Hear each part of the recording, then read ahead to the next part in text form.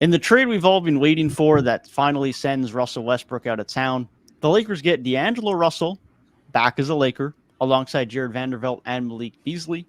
The Utah Jazz receive Russell Westbrook, Juan Toscano Anderson, Damian Jones, and the infamous Lakers 2027 first round pick that we've all heard about way too much in trade rumors over the last 6 months. And the Timberwolves get Mike Conley, Nickeil Alexander-Walker, and a 2024 and 2026 second round pick.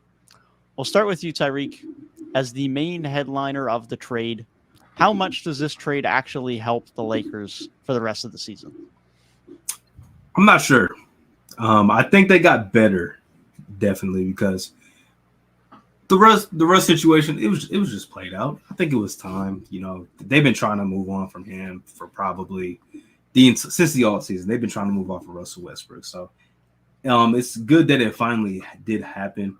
It's kind of funny how it happened after there was all these reports about during the game LeBron broke the record, how him and Darvin Ham were arguing. They said Russ was kind of like mad that they were trying so hard to get Braun the record that night instead of playing basketball. Like, it was a lot of, kind of back and forth that got reported earlier today. But I'm not sure how much this improves the Lakers. Like, they got better for sure. D'Angelo Russell is probably an upgrade fit-wise, I would say. But he's kind of been up and down over the last couple seasons. Like, his highs have been really good, but some of his lows have been really bad too. So, that's definitely an interesting thing. But he does have unfinished business in LA, so hopefully he comes with that kind of mentality. I love getting Vanderbilt. I think that's probably the piece I love the most in the trade, because they just needed that wing defense, somebody that can really get after on the defense side of the floor, something that they were missing. And now they got two really good, forwards in Rui Hachimura and Jared Vanderbilt that they can have in there that are very gritty. Rui's been playing really well for them so far. And Malik Beasley, anytime the Lakers get a shooter, it's a wild card, because we've seen guys that shoot 45% go to LA and can't hit the side of the backboard. Like, it's a wild card, man. But they got better, but does this really separate them, make them a team to watch out for? I'm not 100% sure, because this team is just still so unknown. We know what we're going to get from LeBron. If Anthony Davis is playing, it's good, but his injuries is always up in the air. You never know if he's going to be on the court or not. And then we just got to see, like, is D'Angelo Russell going to come in and be closer to All-Star D-Lo or closer to, first round of the playoffs D'Angelo Russell? Who knows? You don't know. So it's good. But Rob Pelinka did his thing. Like, on paper, it seems like the Lakers got what they needed in this trade. Okay, so I really wish this trade happened while the Lakers were above 500, because they have a big hole to climb out of. But just looking at this roster, I like a lot of what I see. Like, I'm looking at the roster they have, and I actually feel incredibly positive. And I know things could turn out poorly. I know we've seen players come in that look talented, and then things just don't go the right way. There's not the right fit. But it's just looking at the roster they have. The first thing I want to point out when talking about a Lakers roster is the fact that besides LeBron and Patrick Beverley, nobody else in this rotation is above 30. For a team that we've talked about being old, beat up, a bunch of guys that like can't play anymore, or kind of like past their prime, kind of injury prone, guys that are playing a lot of games. I think a lot of that, well, I'm not going to say every guy that they have on the roster now is an Iron Man.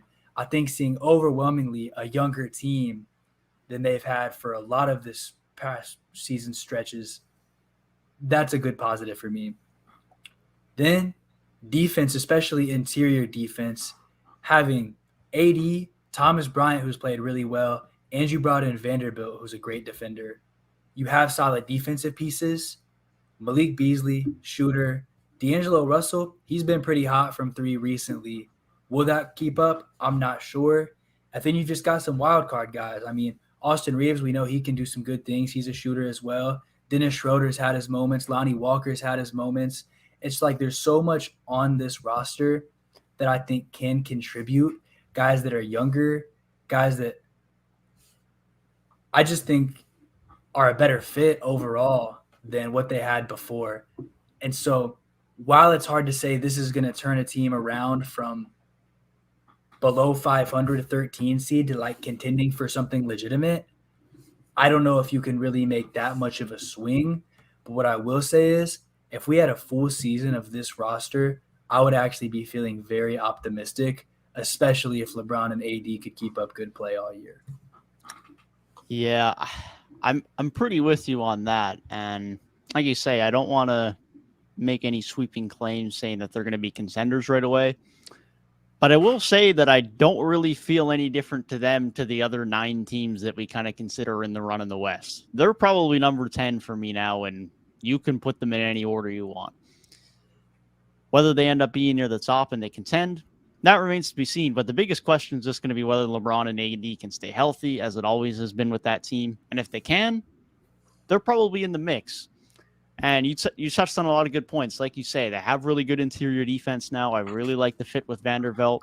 I think his cutting ability is going to fit really well with LeBron. I think the fact that we know how well he can play alongside a shooting big man and Cat fits well in his minutes. So likely see with Thomas Bryant off the bench. They have a lot more shooting on this team now. You add in Malik Beasley. You have Lonnie Walker back from injury. You have D'Angelo Russell in. There's a lot better spacing on this team now than there was a few months ago.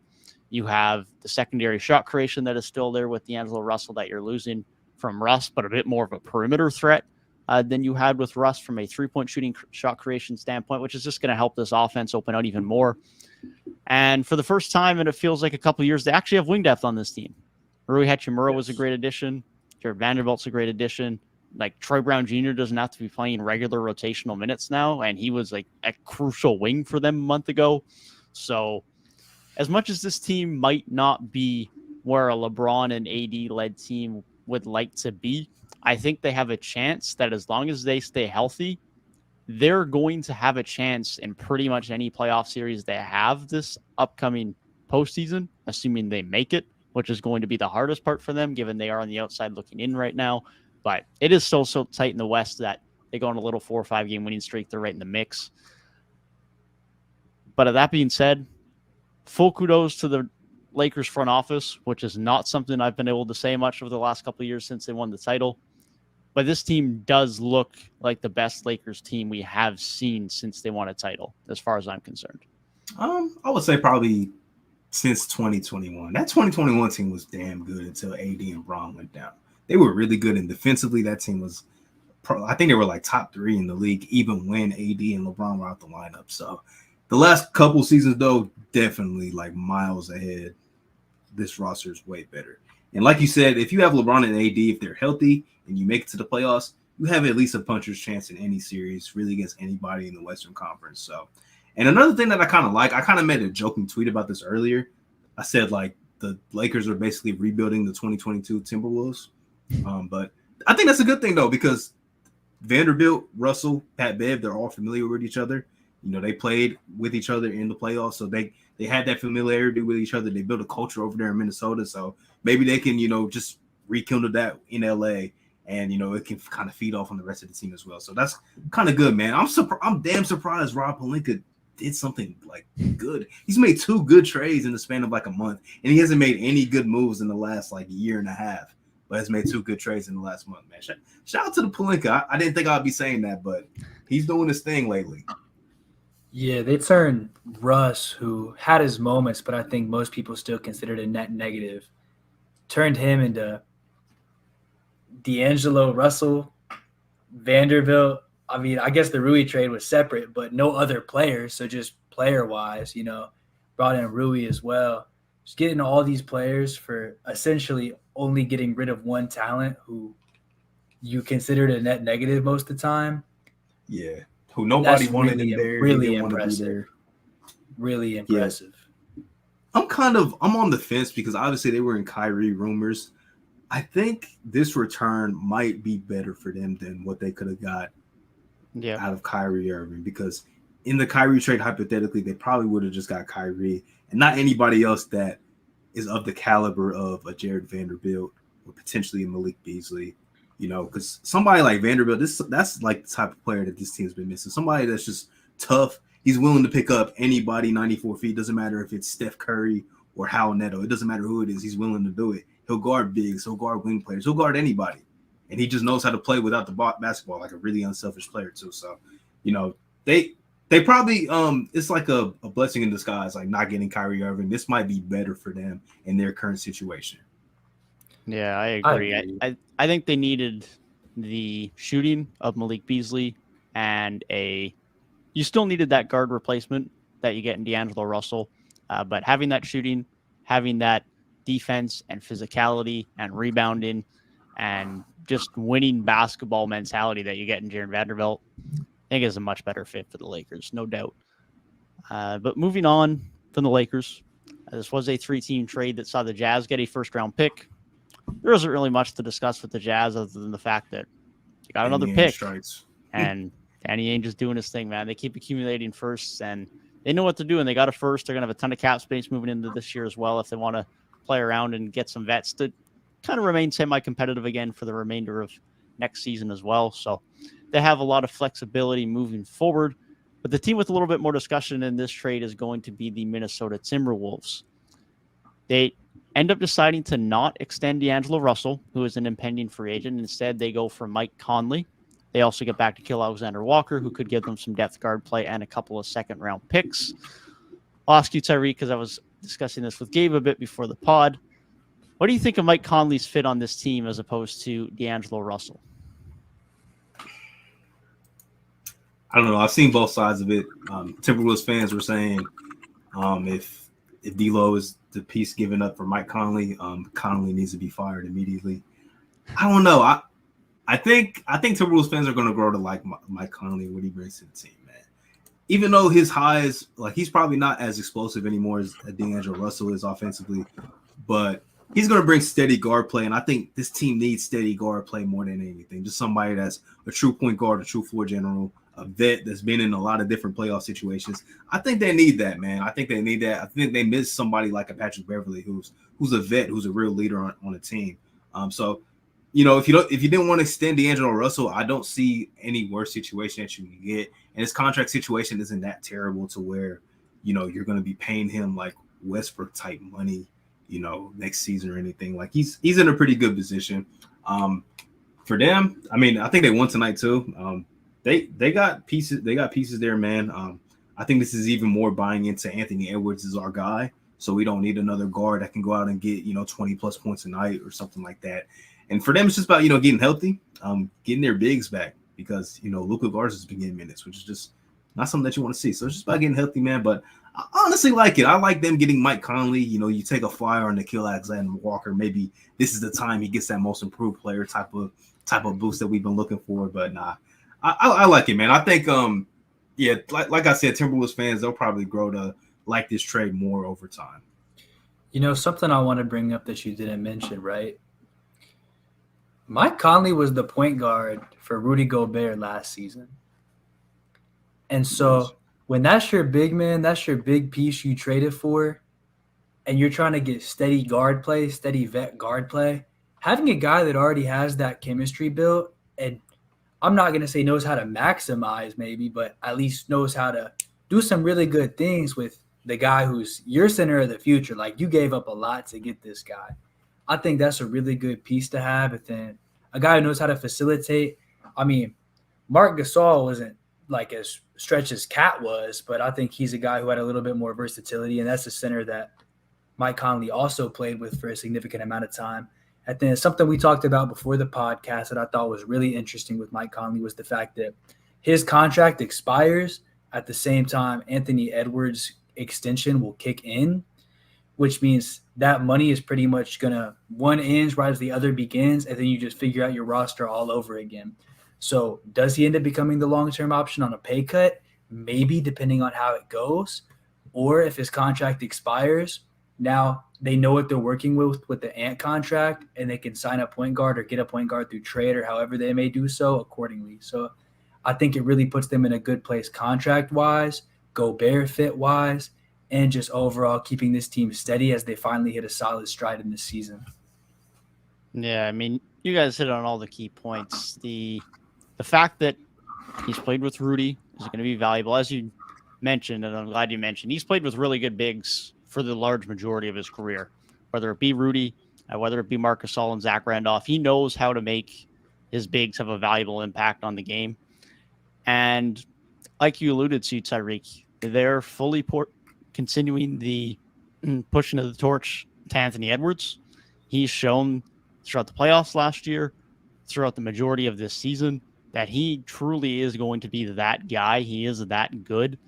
And they will benefit more from having someone who can still take some pressure off of Anthony Edwards, can still create his own shot a bit, but primarily can just be the primary ball handler, but is going to be a really good playmaker and creator for this offense. Knows how to get the bigs involved, knows how to get Anthony Edwards involved and get good looks, and is just going to give you steady, consistent point guard play. And is going to be a little bit better defensively as well. Obviously, nowhere near prime defensive Mike Conley in his time in Memphis, but a little bit more consistency, a little bit more defensive impact, and is just going to allow for more easy offense for Rudy, for Cat, for Anthony Edwards, and is going to know how to get guys involved. And like you said, Gabe, he's going to be under contract through next season, so they have him for next year as well. They could also keep him for the year and then flip him alongside assets for their next point guard of the future at next year's deadline. So they have a lot of flexibility.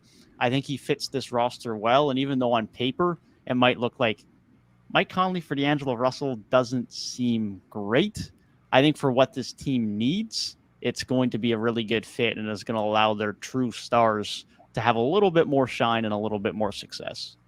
Look, man, it's like when you're weighing your options between two different girls. One might look better, but the other one might treat you better. I think Mike Conley's going to treat them a little bit better, man. I think he's the fit. And when I just think of like a young guard like Anthony Edwards, who's like, super young, like barely legal age to drink, having a vet like Mike Conley, who's been in the NBA for 15 plus seasons, that is very valuable. Like somebody like Jalen Green could value a lot for having somebody like Mike Conley next to him to learn from. A lot of young guards could really use that. It could help even accelerate Anthony Edwards' growth into being that true franchise staple front guy for the franchise. I actually really like this move the more that we're talking about it. I'm seeing a lot more of the positives.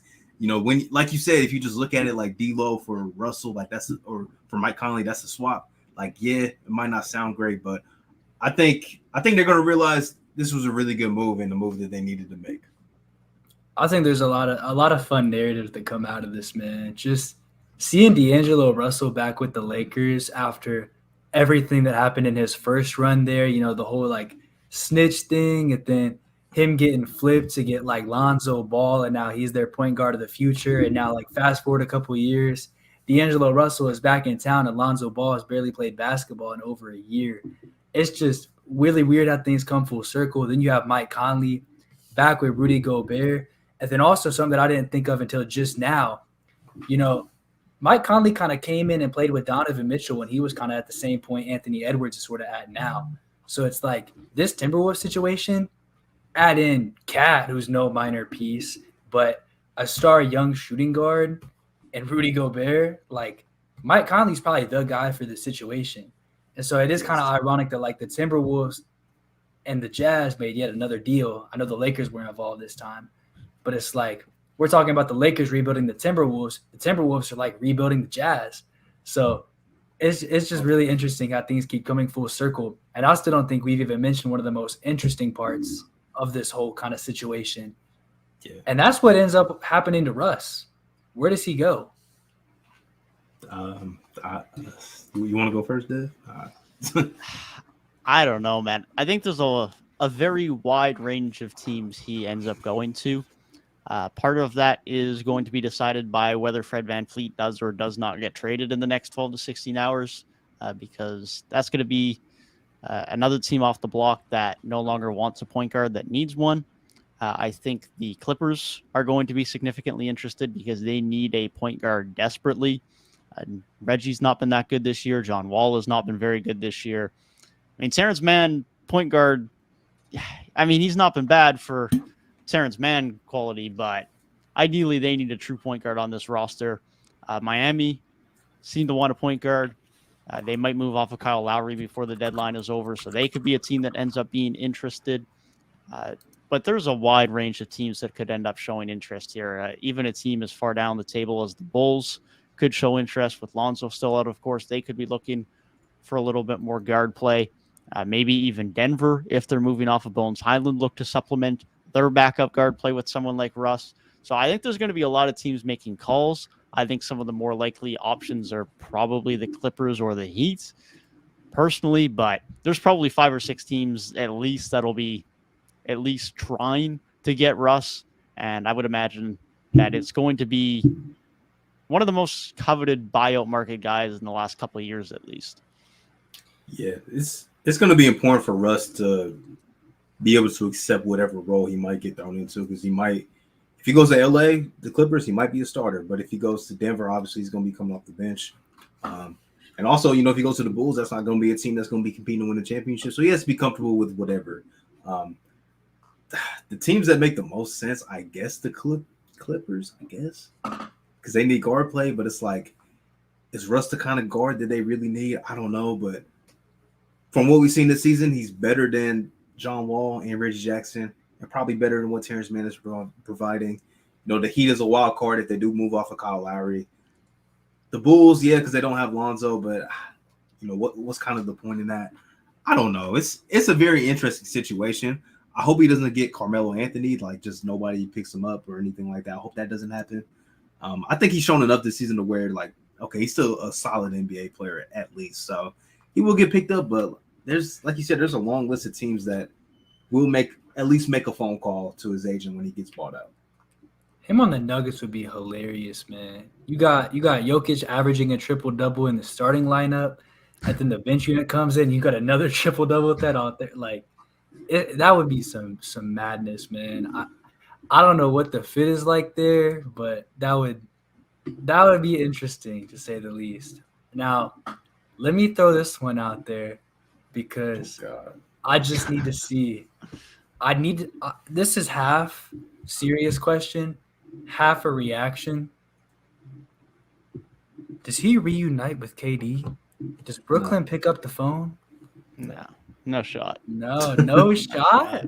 You don't think that? I feel like Brooklyn is the organization that takes up these older players that they're hoping to get the last slice of contribution from. That's what Brooklyn does, man. They've been doing it for over a decade. I think it's close to a 0% chance. Yeah, I agree. As long as the front office is as smart as I'm willing to give them credit for, I think they like where their roster construction is at right now.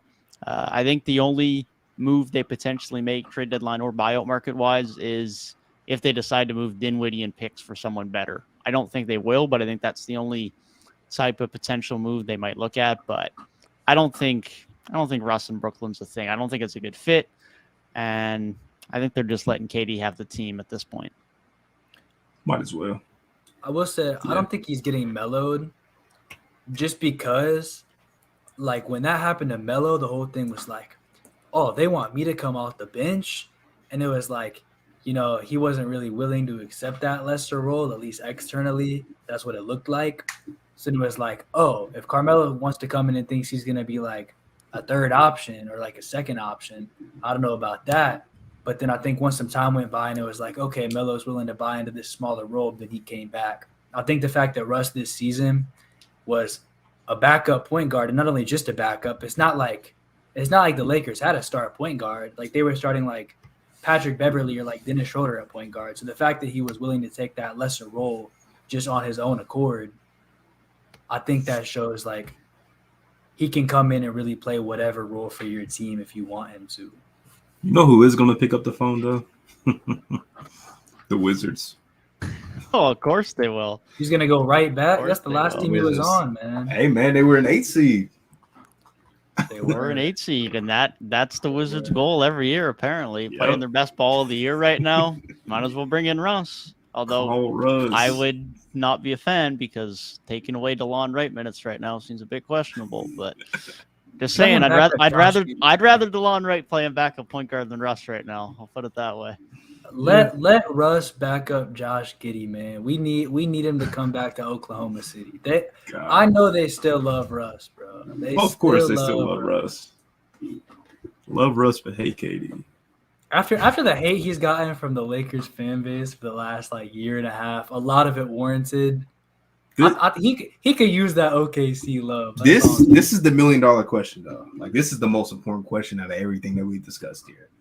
Who is the next Laker villain? Because it was Danny Green, then it was Kyle Kuzma, then it was Westbrook for the last year and a half. Who's next, man? Who's next? Anthony. My vote. Nah, they'll never turn on AD.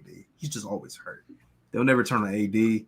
Pelinka he's never scapegoated seriously. My vote is I think Malik Beasley forgets how to shoot the basketball, becomes like a 30% three-point shooter, and Laker fans hate him. That's my guess. Yeah, he's definitely up there on my candidates. He's definitely up there. Or Pat Bev gets more hate. I think Pat Bev's probably my number one guy. He's probably my number one guy. But if Beasley forgets how to shoot the basketball, then it's definitely gonna be Beasley. But I think he'll be okay. I think he'll get enough good looks. He'll be fine. He shot the ball pretty well this year. But yeah, Pat Bev's gonna be up there. Schroeder could be a dark horse guy for that role too. He could have a dark horse chance, but I think everyone else is pretty safe unless for some reason Troy Brown just becomes a regular rotational guy still, which I really hope is not the case. Yeah, I don't like Troy Brown minutes, man. No disrespect to him, but he's a fine 4th or 5th forward, but if you want to be winning playoff series, probably shouldn't be a regular part of your rotation. If he's playing 8 minutes a game, that's fine. Okay. He might hit a 3, get a putback. That's it. I do think if none of these like new additions play terribly, I don't think you can blame Pelinka like if bad things started to happen for like a scapegoat type thing because these are objectively good moves. Yeah. And then you couldn't really blame any of them if they don't play terrible. Yeah. If this team still continues to underachieve and these players play like near expectations, I seriously do think it might be AD. Especially because videos are already coming out. Like the video came out like a day or two ago that's like, oh, AD had like no reaction when LeBron broke his scoring record. Among Laker fans though, like the media, they gonna do what they do, but Laker fans, they always have a guy that they're just like, like I remember they turned on Avery Bradley last season. Like that was. I think it'll become AD, man. If this doesn't like start turning it around, like this is from serious depth. This is some real solid depth. LeBron has played out of his mind since turning 38, so you can't blame star A. And the depth is like legit. So like if these guys, I don't think they're expected to show up every night. I think they're expected to show up big some nights, but other nights is going to be somebody else. That's the point of depth.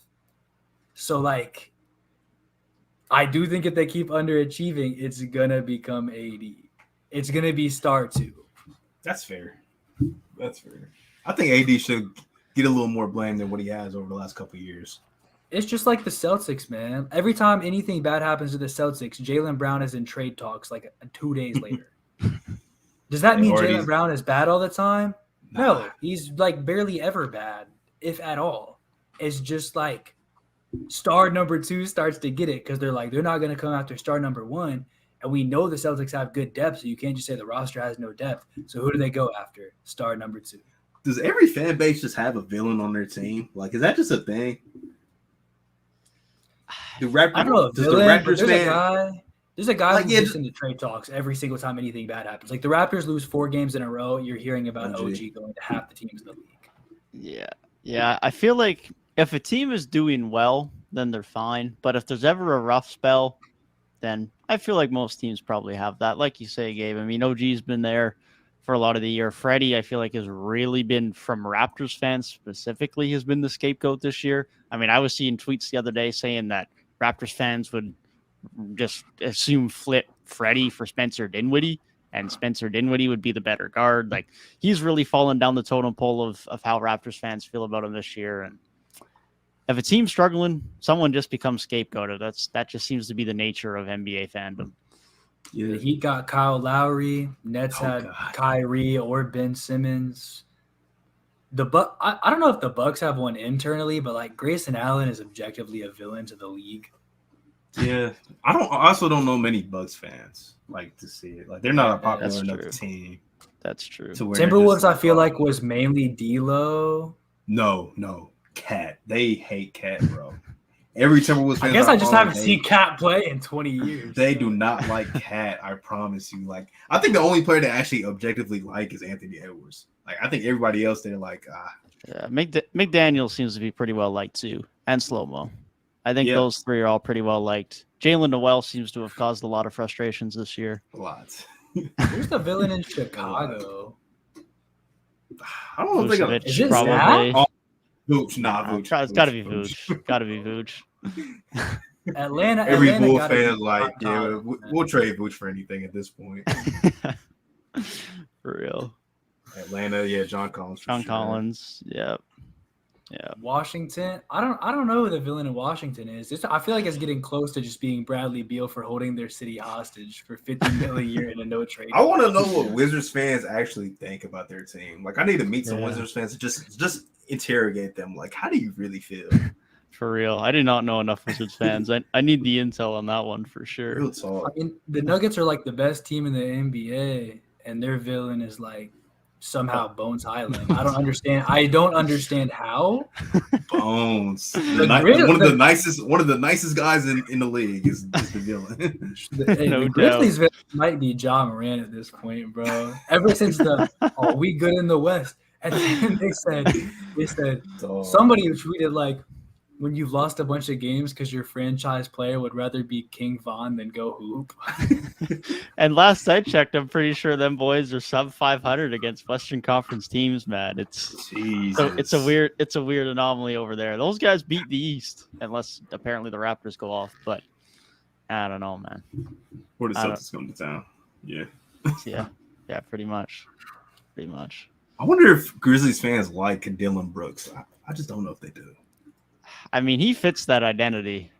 I'll say that much. He fits that identity, but he might be like one of those guys. Like, if he's on your team, you love him. If not, you just can't stand him.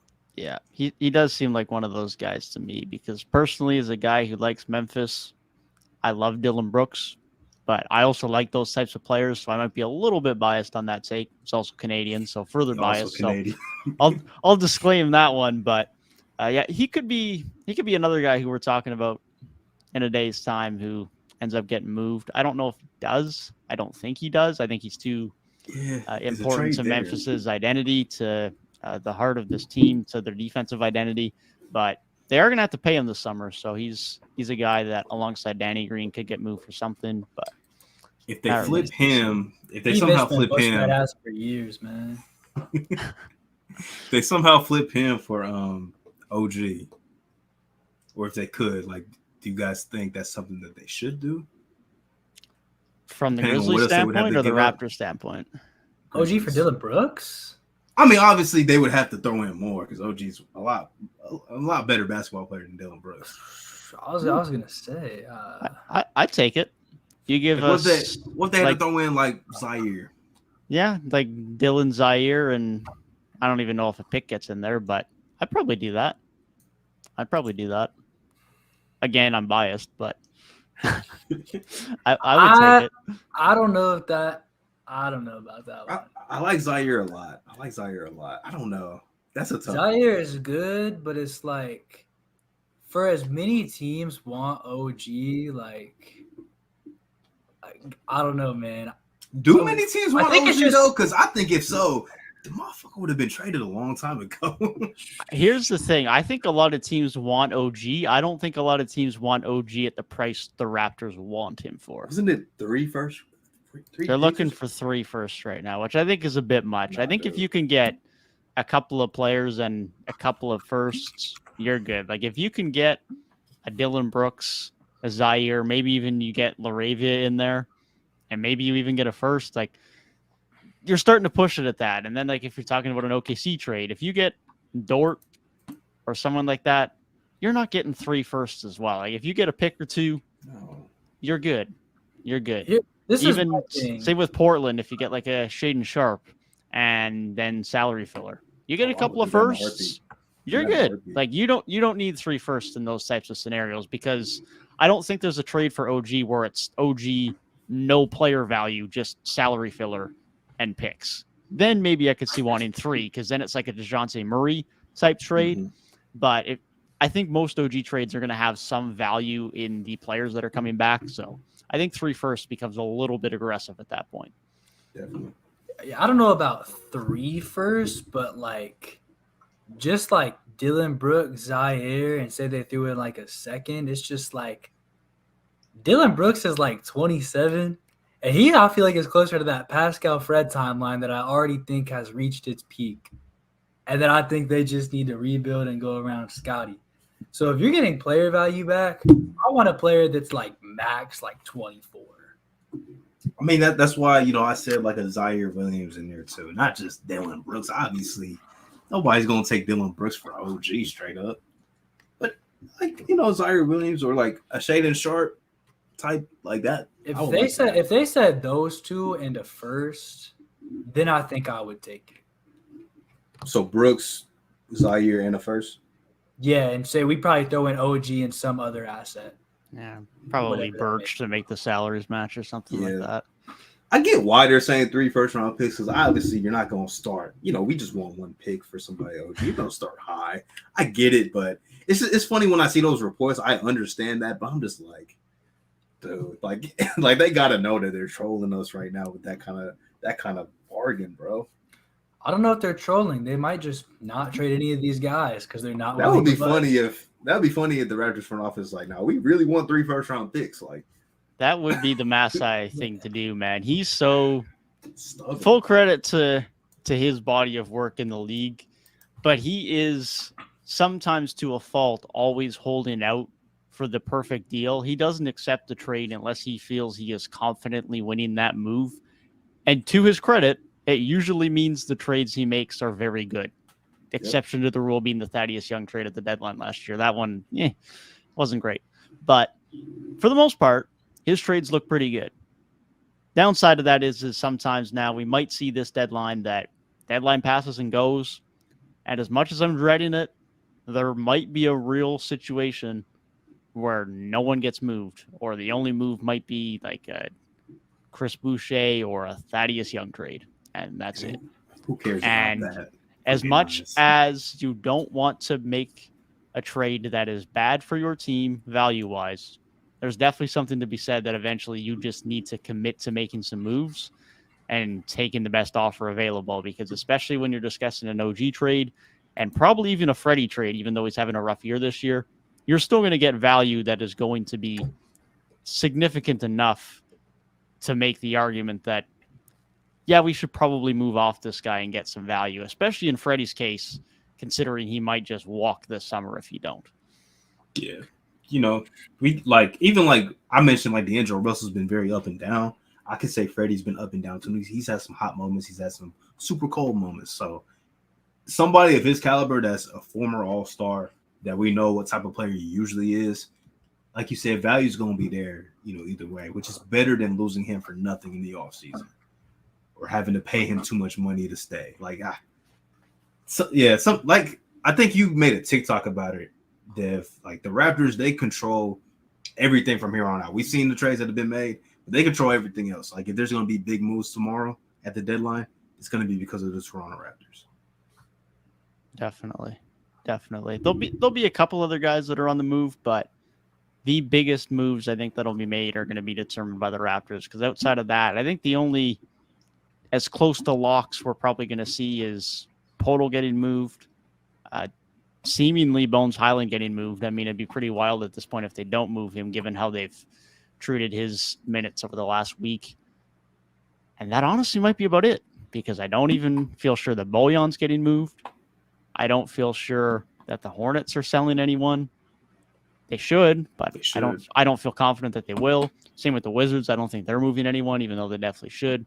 So I don't think there's a lot of sure moves before the deadline. There's a lot of potential moves, but I don't think there's any certainties other than a couple of moves, which, like you alluded to earlier, Tyrik, we could have a pretty busy few hours before the deadline.